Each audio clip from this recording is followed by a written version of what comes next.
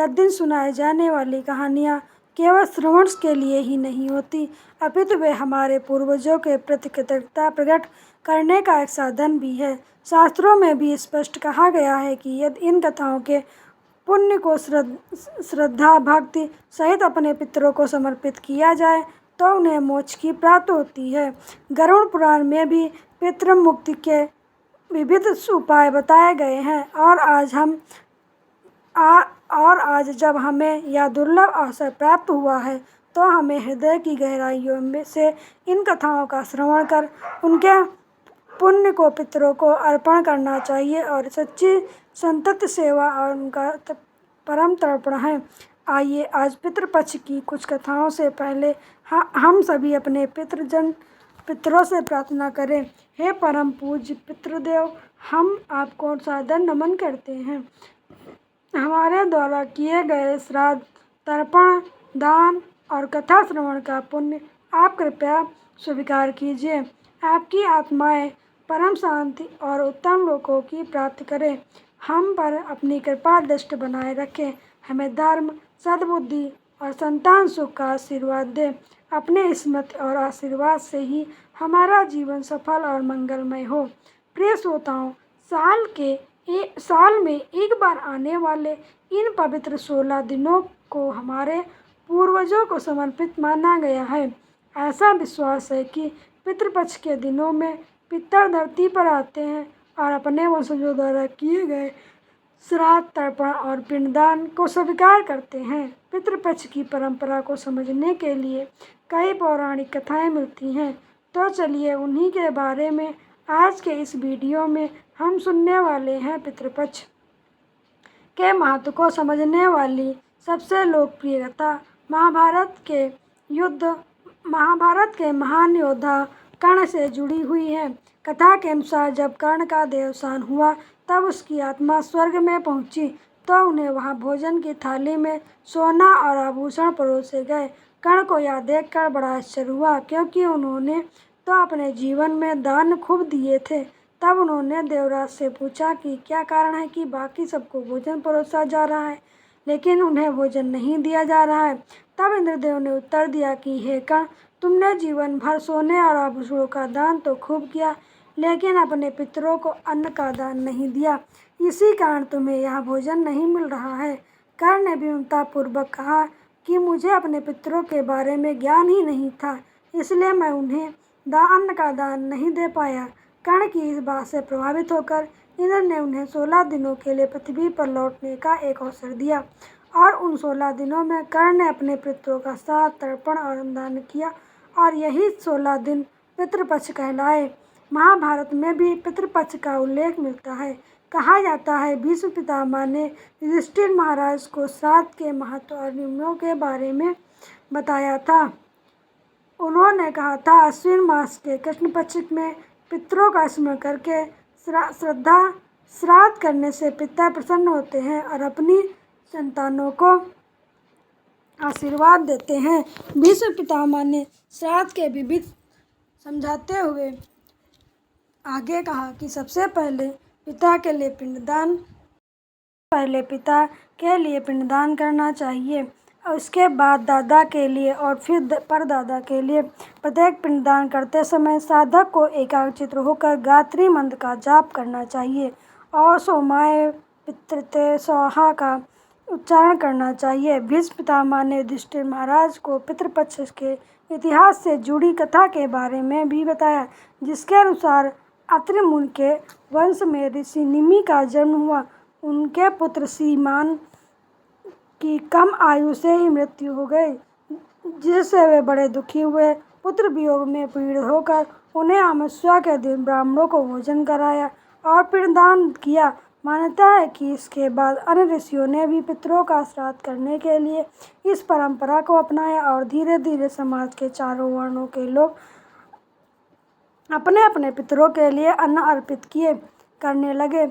एक और कथा के अनुसार निमिष ऋषि द्वारा अर्पित अन्न लगातार श्राद्ध का भोजन करने से पितरों को आजीवन भोजन या न पचने वाली समस्या हो गई और वे इस दुख से दुखी होकर ब्रह्मा जी के पास पहुँचे। तब ब्रह्मा जी ने अग्निदेव की ओर संकेत करते हुए कहा कि हे पितरों का कष्ट दूर करें। अग्निदेव ने कहा अब से वे भी पितरों और देवताओं के लिए श्राद्ध का भोजन किया करेंगे और उनकी उपस्थिति का भोजन पचने के लिए कोई बाधा भी नहीं आएगी। तभी से श्राद्ध की शुरुआत अग्नि को आहुति देकर की जाने लगी। महाभारत के अनुसार अग्नि में हवन करने के बाद पितरों को निमित्त किए जाने वाले पिंडदान को ब्रह्म राक्षस भी दूषित नहीं कर सकते और श्राद्ध में अग्निदेव को उपस्थित होकर राक्षस गण वहां से भाग जाते हैं। इसलिए श्राद्ध में अग्नि का विशेष महत्व है। गरुड़ पुराण में श्राद्ध का महत्व बहुत सुंदर ढंग से समझाया गया है। इसमें कहा गया है कि मृत्यु के बाद आत्मा को शांति और पितर ऋण से मुक्ति के लिए पितृपक्ष में श्राद्ध करना अवश्य अनिवार्य है।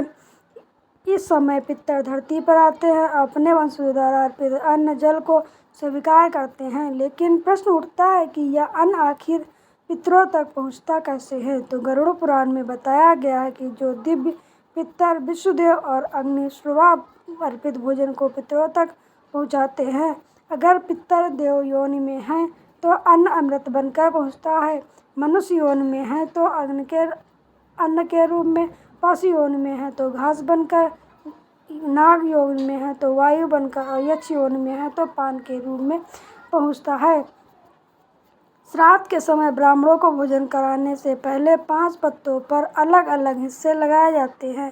पहला हिस्सा गाय के लिए, दूसरा कुत्ते के लिए, तीसरा चींटी के लिए, चौथा कौवे के लिए, पांचवा देवताओं के निमित्त। मान्यता यह है कि पितर इन रूपों में धरती पर आते हैं, अन्न को स्वीकार करते हैं। इन 5 पत्तों पर निकाला गया भोजन पंचबली भी कहलाता है। आइए अब सुनते हैं पितृपक्ष की सबसे प्रचलित कथा।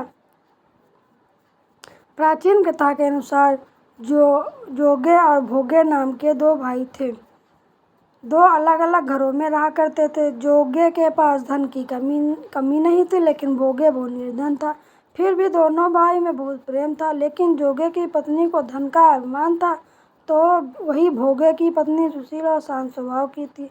पितृपक्ष आने पर जोगे की पत्नी ने उसे पितरों का श्राद्ध करने के लिए कहा, तो जोगे इसे व्यर्थ का कार्य समझकर टालने की कोशिश करने लगा। लेकिन जोगे की पत्नी तो केवल अपनी शान दिखाने के लिए श्राद्ध का कार्यक्रम करना चाहती थी, ताकि वह अपने मायके पक्ष के लोगों को बुलाकर उनकी दावत कर सके। जोगे की पत्नी ने कहा कि मुझे कोई परेशानी ना हो, इसलिए आप ऐसा कर रहे हैं, लेकिन मैं सच कह रही हूँ, मुझे ऐसी कोई परेशानी नहीं है। मैं भोगे की पत्नी को सहायता के लिए बुला लूँगी और फिर हम दोनों मिलकर सारा काम कर लेंगे। दूसरे दिन भोगे की पत्नी सुबह आकर श्राद्ध का सारा काम करवाने लगी। उन्हें तरह तरह के अनेक पकवान बनवाए। फिर सभी काम निपटाने के बाद वह अपने घर वापस गई, क्योंकि उसे भी पितरों का तर्पण करना था। उधर कुतब काल में जब पितर भूमि पर उतरे तो जोगे के यहाँ गए। वहाँ उन्होंने देखा कि उनके ससुराल पक्ष के सभी लोग भोजन में जुटे हुए हैं और वे उनमें पहले भोजन कर रहे हैं। यह सब देखकर पितर बड़े निराश हुए।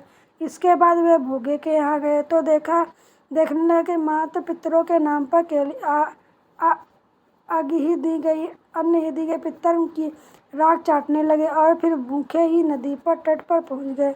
कुछ ही देर में सारे पितर अपने यहाँ श्राद्ध ग्रहण करके इकट्ठा हो गए और बताने लगे कि उनकी संतानों ने किस किस तरह से लोगों को पकवान बनाए, किस किस तरह उनका स्मरण किया। जोगे भोगे के पितरों ने भी अपना सारा हाल बताया।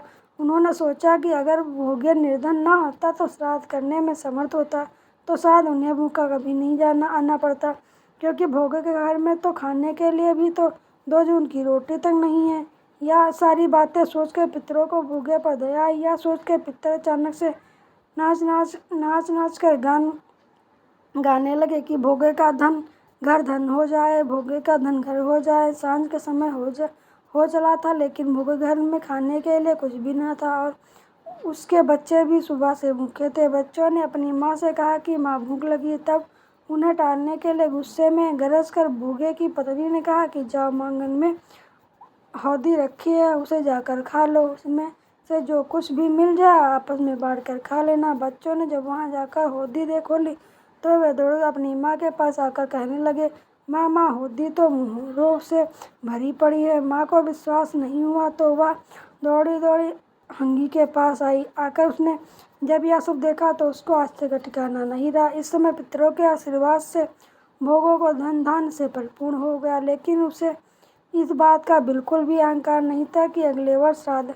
वर्ष आने पर खूब धूमधाम से दोनों पत्नियों ने मिलकर अपने पितरों का श्राद्ध किया। भोगे की पत्नी ने श्राद्ध में 56 तरह के भोग बनाए, ब्राह्मणों को घर बुलवाया, श्राद्ध किया, उन्हें भोजन कराया, दान दक्षिणा भी दी, फिर सोने चांदी के बर्तनों में जेठ जेठानी को भी भोजन कराया।